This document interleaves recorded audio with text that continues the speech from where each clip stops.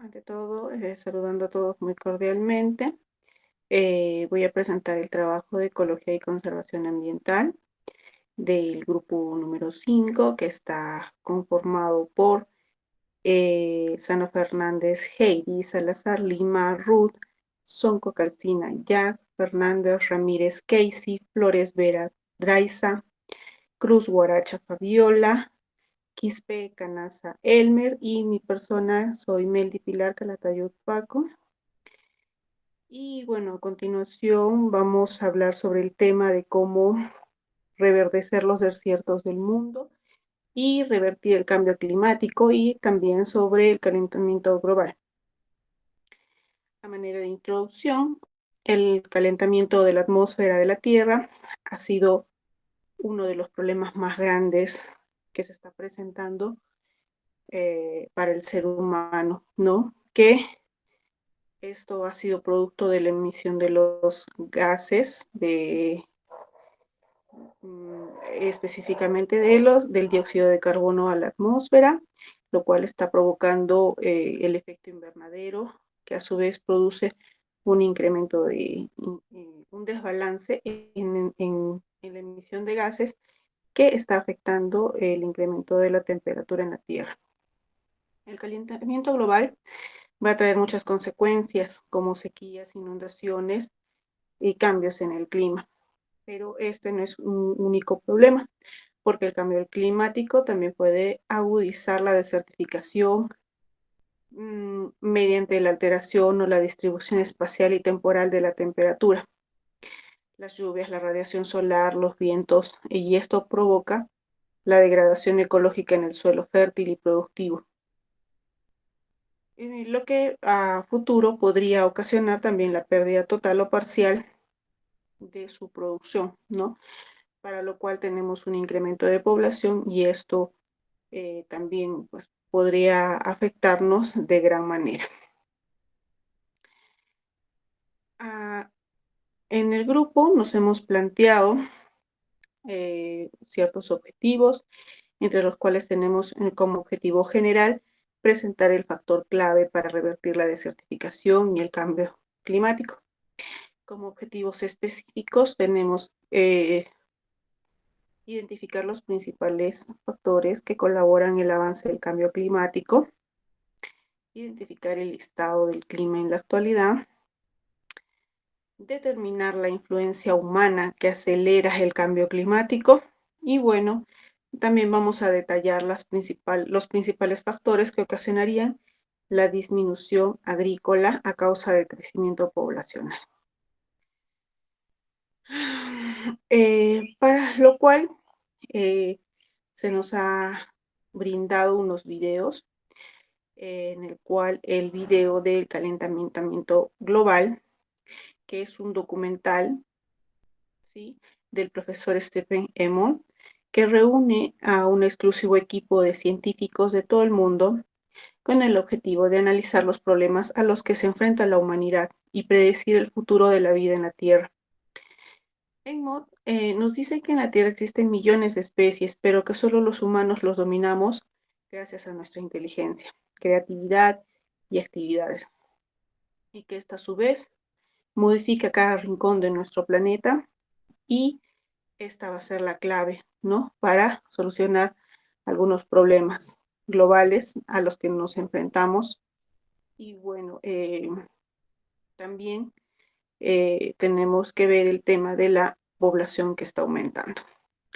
Ahora, también en el video se nos hace recuerdo de cómo hemos llegado a esta situación, ¿no?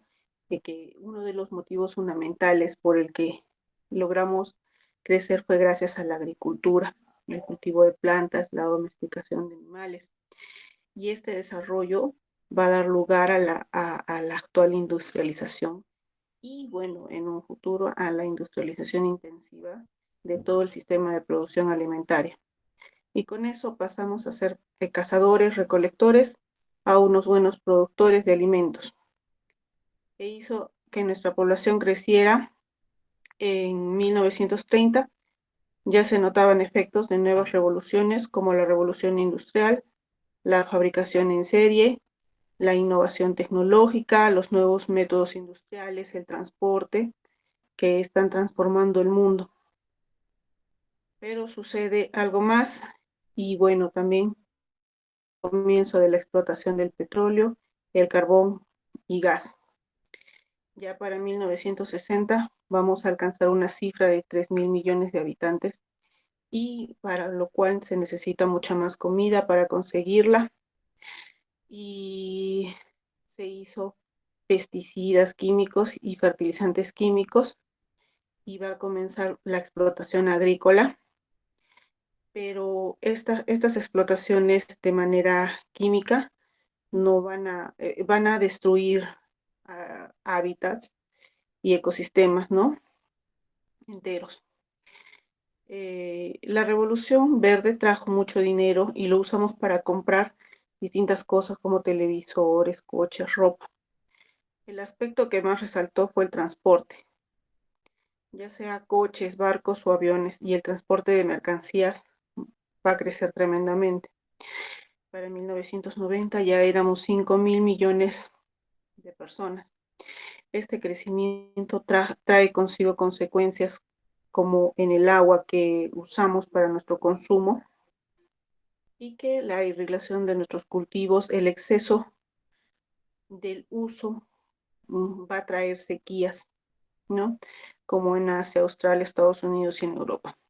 Ya para el año 2000 se empieza a notar el cambio de clima que va a ser generado por los cuatro elementos: la atmósfera, la hidrosfera, la criosfera y la biosfera.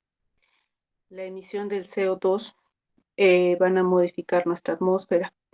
El exceso del uso de agua modifica nuestra hidrosfera y el aumento de la temperatura empieza a modificar la criosfera y nuestra explotación del suelo. Y toda la contaminación que creamos modifica la biosfera.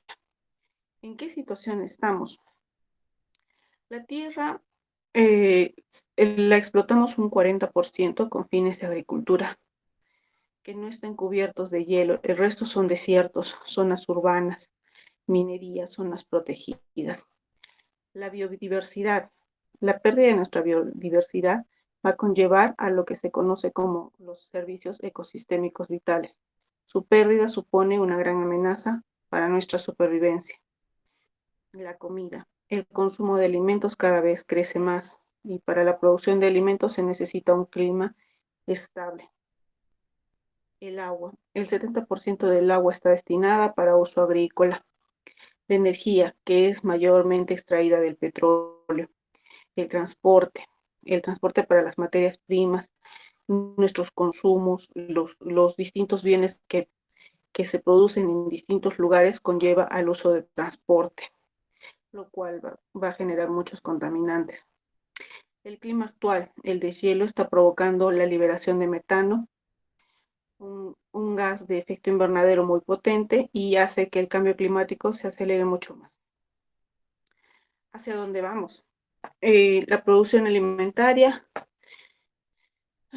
nuestra productividad va a disminuir por tres factores, que son el cambio climático, la degradación del suelo, la desertificación y bueno, que esto es la escasez también de agua, ¿no?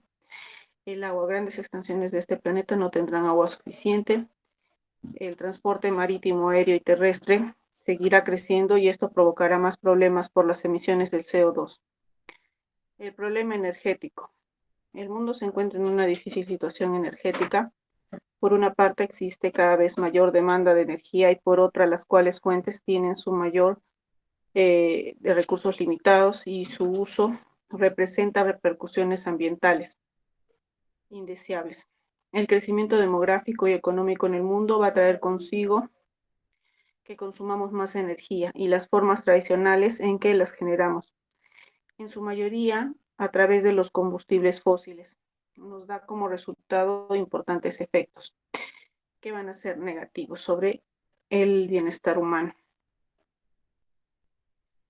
El problema es que no hay conciencia sobre el problema ambiental, factor que está llevando al mundo a puntos alarmantes.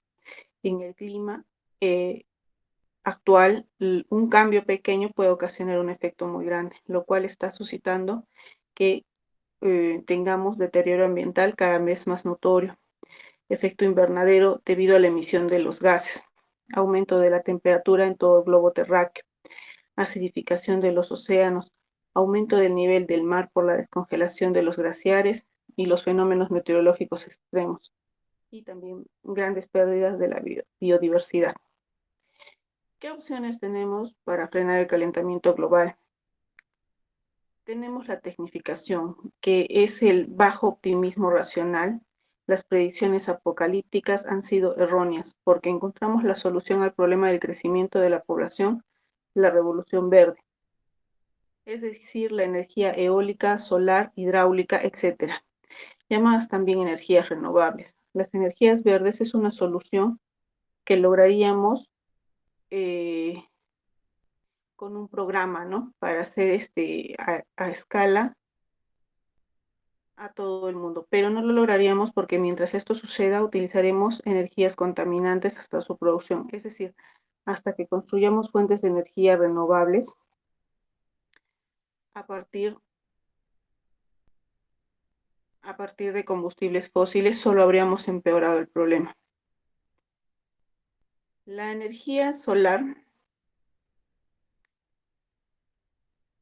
sería la única solución para resolver nuestro problema energético, pero para que sea una solución ya deberíamos de haberlo producido en masa, pero como los costos son muy altos, nadie se atreve a materializar dicho proyecto. El problema del agua. Podríamos solucionarlos con plantas de salinización para convertir el agua salada en agua dulce, pero dichos programas no son tomados en cuenta. La geoingeniería se basa en la idea de que se necesita la ingeniería a escala planetaria para mitigar los problemas que nos vamos enfrentando. Por ejemplo, poner parasoles en órbita alrededor de la Tierra para hacer un efecto rebote de luz solar. Sin embargo, todos son costosos y con efectos colaterales. Entonces concluimos que la solución no está en la vía tecnológica. Cambiar nuestro comportamiento, el problema sería de los políticos, porque causaría la pérdida de popularidad. Por ejemplo, las convenciones contra el cambio climático, la lucha contra la desertificación, sobre la diversidad biológica, todos fueron iniciativas que han fallado. ¿Qué podemos hacer nosotros? Quizás podríamos consumir menos, pero hay muchos cambios de hábitos que se tendrían que analizar. En cuanto al video, el documental de Alan Savory de cómo reverdecer los desiertos del mundo y revertir el cambio climático. Bueno, este video nos explica que la desertificación está solo ocurriendo en áreas áridas y semiáridas del mundo por la evaporación del agua. Otra causa es también por el ganado, principalmente del ganado vacuno, ovino y caprino, que sobrepastorean las plantas teniendo como efecto negativo un suelo descubierto y emanado de metano. Toda hierba tiene que descomponerse biológicamente antes de la siguiente temporada de crecimiento, y si no lo hace, los pastizales y el suelo comienzan a morir. Ahora, si no se descomponen biológicamente, cambia la oxidación, que es un proceso muy lento, y esto mata y ahoga la planta, dando lugar a un cambio en la vegetación leñosa y en el suelo desnudo, liberando carbono. Para impedir esta situación se hace el quemado, pero también tiene el efecto de dejar desnudo al suelo, liberando contaminantes. No podemos matar animales para hacer descansar el suelo.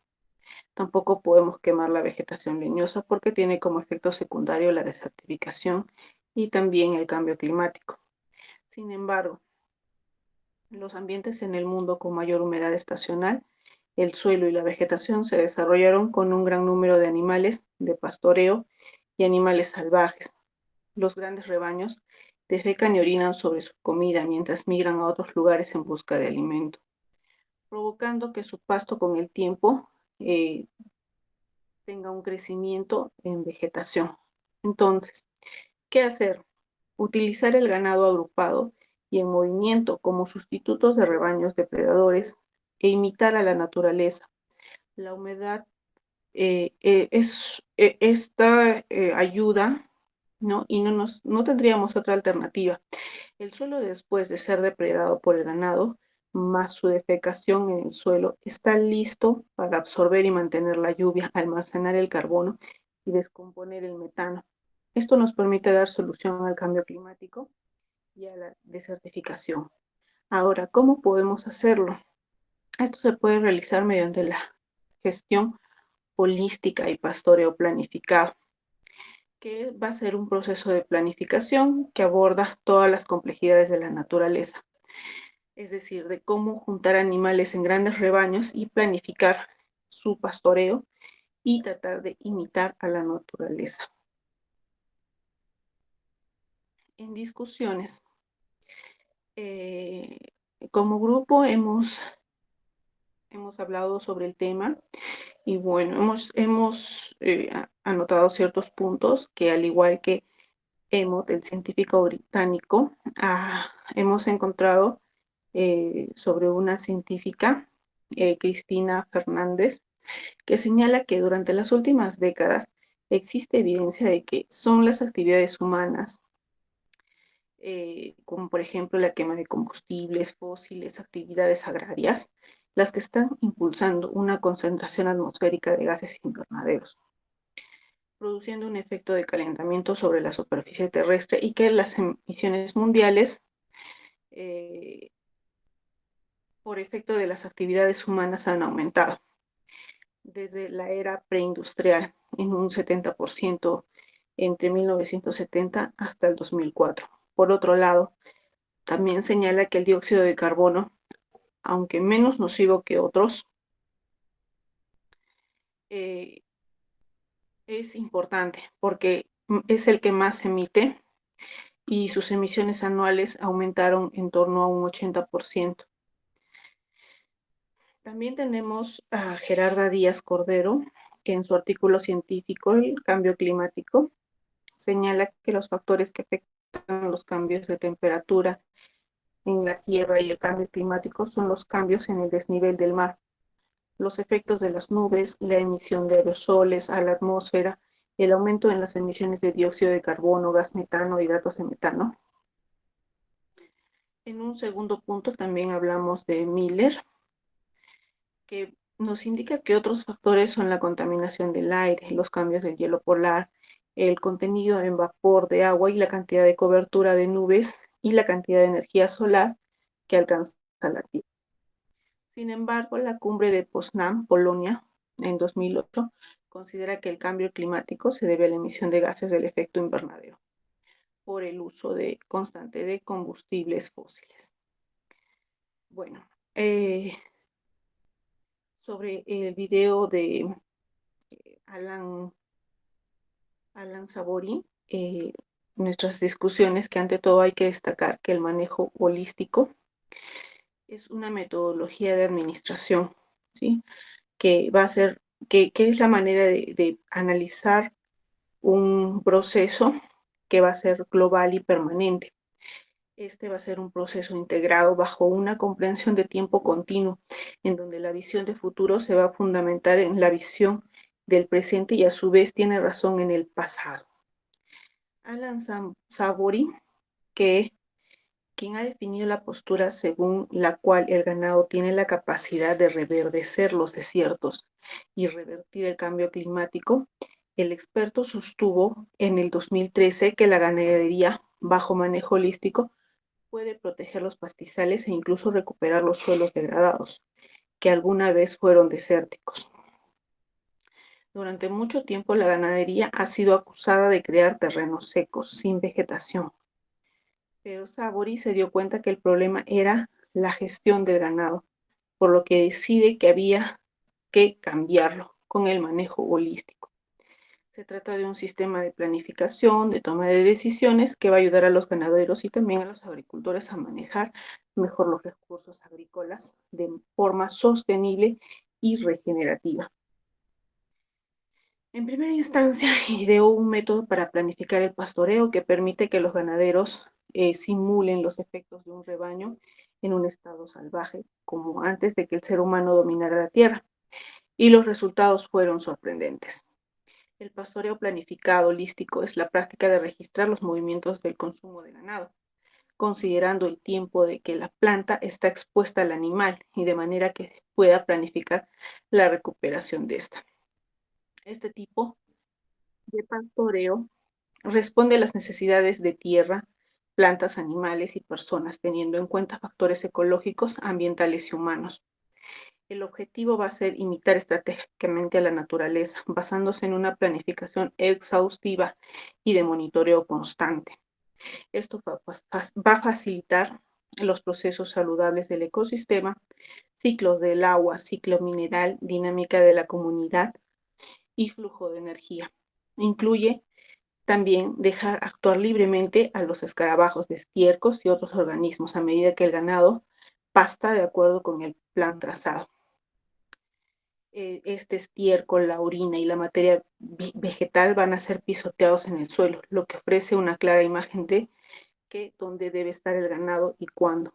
Aunque el pastoreo rotativo, como su nombre lo indica, el manejo holístico implica la concepción del hato como un todo. Por eso hace énfasis en 4 etapas, que son planificar, hacer, monitorear y adaptar. El sistema de manejo holístico y pastoreo forma parte de lo que es la ganadería regenerativa, ante lo cual Chile viene implementando, mientras en Colombia y otros países de la región se tienen avances importantes en ganadería regenerativa. En Chile van a comenzar este proceso donde intentan trabajar con la naturaleza para recuperar los ecosistemas, fortalecer las comunidades y mejorar la rentabilidad. Según el investigador responsable, el académico de la Facultad de Agronomía de la Universidad Católica de Chile, Rafael Larraín, dice que el lugar donde desarrollamos el proyecto viene de décadas de cultivos y manejos convencionales, por lo que a estas alturas su suelo es como un enfermo alimentado por sonda. Hay que ir mejorándolo de poco a poco, dándole las condiciones para que se recupere y luego pueda comer y por sí mismo llevar una vida activa. Bueno, ante todo esto, nuestras conclusiones van a ser que la única defensa razonable ante el cambio climático es la reducción drástica de emisiones de dióxido de carbono, cambiando el sistema energético y por tanto el económico, renunciando a la devoradora filosofía de desarrollo sin límites. Sin embargo, no es menos cierto que la satisfacción de las necesidades básicas del tercer mundo, formado por el 80% de la humanidad y donde tiene lugar el 90% del aumento de población, conlleva un crecimiento de la demanda energética. Las diversas actividades humanas contribuyen a la emisión de dióxido de carbono gaseoso. De esas actividades, la combustión de los combustibles fósiles para la generación de energía provoca alrededor del 70 al 75% de las emisiones de dióxido de carbono. El resto del 20 al 25% de las emisiones son provocadas por las emisiones de los tubos de escape de los vehículos. Todos los habitantes de este planeta estamos obligados a tomar medidas para detener el cambio climático y el aumento del efecto invernadero. Aunque las grandes decisiones tomadas por los gobiernos de los países son fundamentalmente, y hay muchas formas de ayudar a la descontaminación que está a nuestro alcance. Consideramos que todos los habitantes de este planeta estamos obligados a tomar medidas para detener el cambio climático y el aumento del efecto invernadero. Aunque las grandes decisiones tomadas por los gobiernos de los países son fundamentales y hay muchas formas de ayudar a la descontaminación que está a nuestro alcance. Ya sea cada vez que usamos una bicicleta o caminamos en vez de utilizar el auto, estamos ayudando a mejorar el aire. Lo mismo sucede cuando plantamos un árbol. Las grandes empresas que producen todo ese gas que contamina la atmósfera o los grandes basurales que hay entre las ciudades son grandes contaminadores. Podríamos cambiar eso, ya sea reciclando la basura, las latas, vidrios, plásticos, etcétera. Deberíamos, por tanto, llevar a cabo una transición plenamente sostenible basado en recursos limpios, seguros y renovables y en la conservación de la energía. Eso sería todo. Gracias.